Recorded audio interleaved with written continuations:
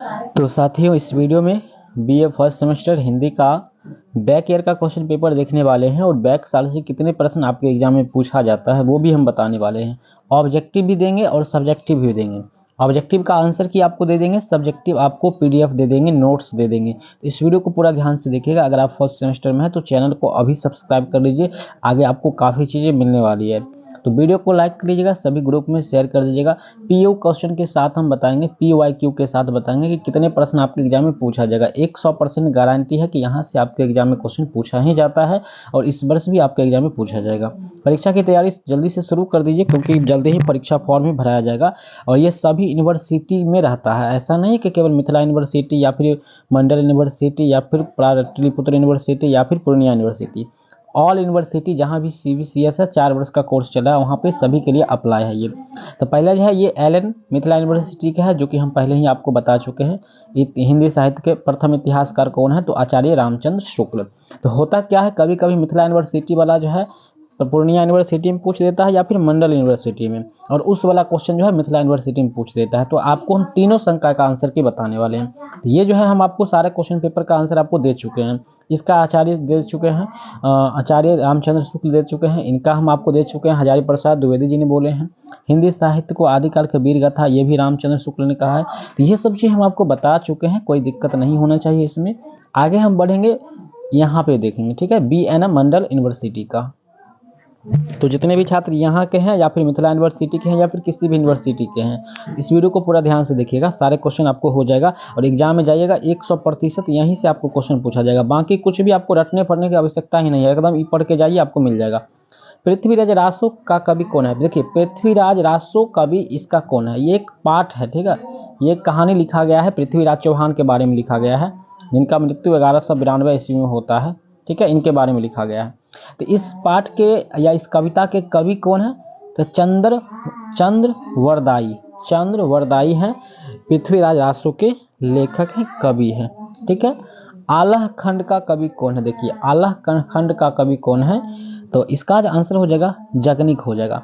आल्हा खंड में क्या होता है? अल्लाह रुदल के 52 लड़ाइयों का, अल्लाह रुदल में जो है 52 लड़ाइयाँ हुआ था। टोटल लड़ाइयाँ जो हुआ था अल्लाह रुदल में वो 52 लड़ाइयाँ हुआ था, ठीक है, 52।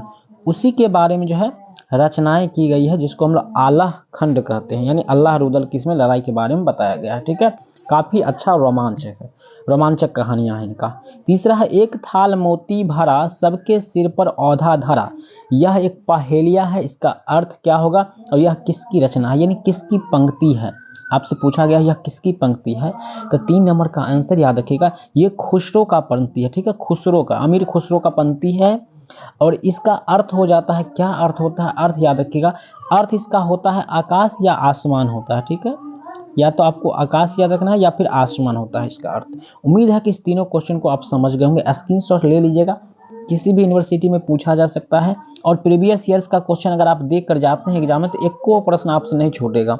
ऐसे करिए कि सब यूनिवर्सिटी का पढ़ लीजिए, जो हम 3 यूनिवर्सिटी अभी आपको बता रहे हैं ना, इस तीनों यूनिवर्सिटी का क्वेश्चन पढ़ लीजिए, आपको मिल जाएगा। अगर मिथिला यूनिवर्सिटी के हैं तो आप BNMU का पढ़ लीजिए, यानी मंडल यूनिवर्सिटी का, और मंडल यूनिवर्सिटी वाला मिथिला का पढ़ लीजिए, और पूर्णिया यूनिवर्सिटी वाला लोग जो है उस दोनों में से किसी का, दोनों का पढ़ लीजिए, ठीक है, मिल जाएगा आपको सारा प्रश्न। विसल देव रासो का कवि है, विसल देव रासो का कवि कौन है?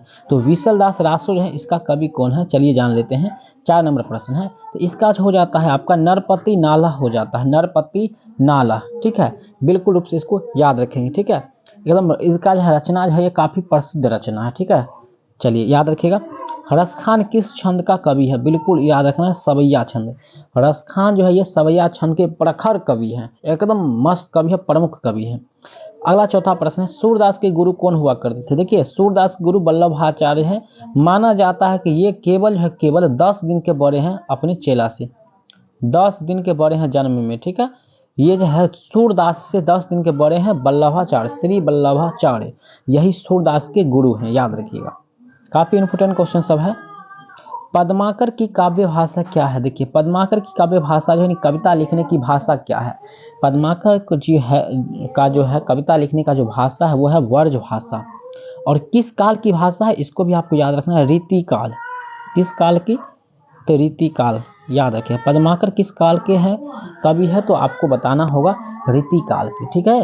चलिए, चंद्र वदनी मृगलोचनी बाबा कही कही चाही किसकी पंक्ति, ये कि गाना भी है, आप लोग यूट्यूब पर मंगाइएगा आ जाएगा। चंद्र वदनी मृगलोचनी बाबा कही कही चाही किसकी पंक्ति है। तो यह जो पंक्ति है 8 नंबर प्रश्न है, यह पंक्ति केशव दास का है। ठीक है, केशव दास का, जिनका जो है इनका पंक्ति के बारे में, इनका जन्म के बारे में 1793 और 1833 में इनका देहांत हो गया था। ठीक है, आप ये भी याद रखेंगे, कभी कभी आपसे ये भी पूछा जा सकता है। उम्मीद है कि इस बात को आप समझ गए होंगे। नहीं पराग नहीं मधुर मधु नहीं विकास यदि काल किसकी पंक्ति है। ये पंक्ति है आपके हिंदी से लिया गया है। इस पंक्ति के रचयिता कौन है, यह पंक्ति के किस पाठ से लिया गया है और इसका लेखक कौन है। तो इसका हो जाएगा राज, यहाँ पर आंसर देखिए वैसे है नहीं, राजा जयसिंह हो जाता है। ठीक है, अगर राजा जयसिंह नहीं है तो बिहारी लाल आपका आंसर हो जाएगा। आंसर है आपका द हो जाएगा, 100% सही हो जाएगा। गलती का सवाल यहाँ पे नहीं होता है, आप लोग तैयार रहिए। हिंदी साहित्य के इतिहास को शुक्ल जी ने कितने कालों में बांटे हैं। हिंदी साहित्य में इतिहास को शुक्ल जी ने 4 कालों में बांटे हैं। कितने कालों में बांट दिए हैं, 4 कालों में। याद रखिएगा चारों काल का नाम क्या होता है, तो चारों काल का नाम आपको बता देते हैं। पहला जो हो जाता है आपका आदिकाल हो जाता है, भक्ति काल हो जाता है। आदि काल के बाद याद रखेंगे भक्ति काल। भक्ति काल का नाम बाद याद रखेंगे आप रीति काल, नाम तो काफी सुनते होंगे रीति काल। ठीक है, रीति काल के बाद जो होता है वो आपका होता है आधुनिक काल, जो कि अभी चल रहा है, आधुनिक काल होता है। इस प्रकार से जो आपका 4 काल है। ठीक है, आधुनिक काल, रीति काल, आदि काल, भक्ति काल, तो 4 कालों में बांटे हैं। तो ये था बीएनएमयू यूनिवर्सिटी का, हम ऑल क्वेश्चन आपको बता दिए हैं। अब जो हम आपको बताएंगे पूर्णिया यूनिवर्सिटी का सारा प्रश्न बताएंगे। मिथिला यूनिवर्सिटी का बता चुके हैं, प्लेलिस्ट सेव है, प्लेलिस्ट में जाकर के आप सब क्वेश्चन देख लीजिएगा। हिंदी साहित्य के आरंभिक काल को आचार्य रामचंद्र शुक्ल ने क्या नाम दिया है। तो मिथिला यूनिवर्सिटी में ये क्वेश्चन पूछा गया है और वीर गाथा काल इसका नाम दिया गया है। वीर गाथा, कथा वाला मारिएगा तो गलती हो जाएगा, वीर गाथा काल नाम दिया गया है। हिंदी साहित्य के इतिहास लेखन की परंपरा का सूत्रपात किसने किया था। बड़ा अच्छा क्वेश्चन है। हिंदी साहित्य के इतिहास लेखन की परंपरा सूत्रपात किसने किया है, तो 2 नंबर प्रश्न है। यहाँ पर जो हो जाता है आचार्य रामचंद्र शुक्ल ही आंसर हो जाएगा। एक चीज तो आपको स्पष्ट है, आचार्य रामचंद्र शुक्ल के बारे में आप बहुत सारा चीज पढ़ लीजिए, इससे बहुत ज्यादा क्वेश्चन पूछा जाता है, और हजारी प्रसाद द्विवेदी जी के बारे में भी। रीति काल के किस कवि ने श्रृंगार, वीर और भक्ति इन तीनों में रचनाएं की है। यानी रीति काल के कौन कवि है जो श्रृंगार, वीर और भक्ति रस इन तीनों रस में जो है कविताएं लिखी है, रचनाएं की है, तो वो एकमात्र कवि है भूषण। याद रखेंगे भूषण। अगला प्रश्न है, रीति काल की परंपरा में अंतिम श्रृंगारी कवि शुक्ल जी किसे मानते हैं। तो अंतिम जो है श्रृंगारी कवि शुक्ल जी पद्माकर को मानते हैं। ऑप्शन नंबर क है आपका आंसर 100% सही है।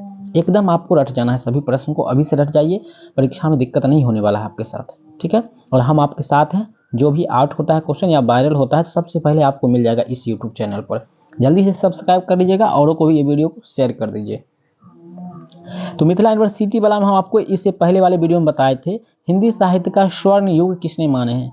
स्वर्ण युग किसने माने, देखिए अच्छी तरह से हम आपको समझा दिए थे। ठीक है, 5वां का आंसर आप लोग बता दीजिएगा। स्वर्ण युग जो है किसे मानते हैं, तो भक्ति काल को स्वर्ण युग मानते हैं, जॉर्ज ग्रियर्सन नामक साइंटिस्ट। ठीक है, और उसमें हम आपको सब कुछ बताए थे। ठीक है, श्याम सुंदर इसको क्या मानते हैं, इस भाग को स्वर्ण युग, और श्याम सुंदर मानते हैं स्वर्ण काल। स्वर्ण युग मानते हैं जॉर्ज ग्रियर्सन, और श्याम सुंदर मानते हैं स्वर्ण काल, भक्ति काल को ही वो सब मानते हैं। 6ठा प्रश्न है, पृथ्वीराज रासो को आप किस वर्ग में रखेंगे। देखिए पृथ्वीराज रासो एक वीर महान थे, इसके बारे में जो है वीर गाथा, हाँ, इनके वीरता को बारे में बताया गया है, इन्हें वीरता की कहानी बताया गया है, चंद्रवरदायिनी के द्वारा लिखा गया है, तो इसलिए वीर गाथा हो जाएगा। 7वां है, जैन कवि शलिभद्र सूरि को हिंदी का प्रथम कवि किसने कहा। तो यहाँ पे गणपति चंद्र गुप्त जी ने बोला है। ठीक है, गुप्त जी यहाँ पे याद रखेगा,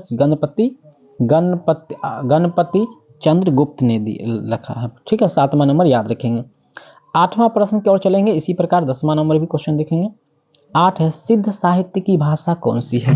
भाई सिद्ध साहित्य की भाषा है वो कौन सी है, तो अर्ध मगधी है, या इसको अपभ्रंश भी कहते हैं। तो आपका आंसर जो है यहाँ पे ग जो है बिल्कुल रूप से राइट हो जाएगा। 9 नंबर है, सलहापा ने किस संप्रदाय की स्थापना की। सलहापा ने किस संप्रदाय की स्थापना की, तो याद रखेंगे सरहापा। जिसको हम लोग सरह के नाम से भी जानते हैं, इन्होंने सहजिया संप्रदाय की स्थापना की, ठीक है, या सहज्यान भी कह सकते हैं इसको। 10वां प्रश्न और अंतिम प्रश्न देखेंगे ऑब्जेक्टिव के लिए।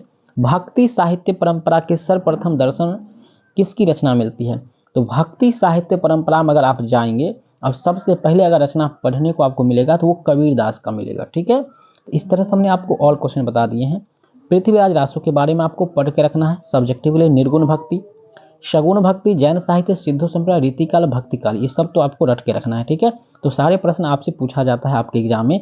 और इस क्वेश्चन पेपर को आप कैसे डाउनलोड कर सकते हैं, इसके लिए आपको व्हाट्सएप गूगल को ओपन करना है और यहाँ पे आपको सर्च करना है क्या, चलिए हम बात कर लेते हैं। गूगल पर आने के बाद आपको सर्च करना है MNC क्लासेस। जैसे आप गूगल पर ये बात सर्च करेंगे, आपके सामने नया पेज ओपन होगा। होम पेज पर आकर के ऐसा पेज ओपन होगा, यहाँ पे आ जाना है।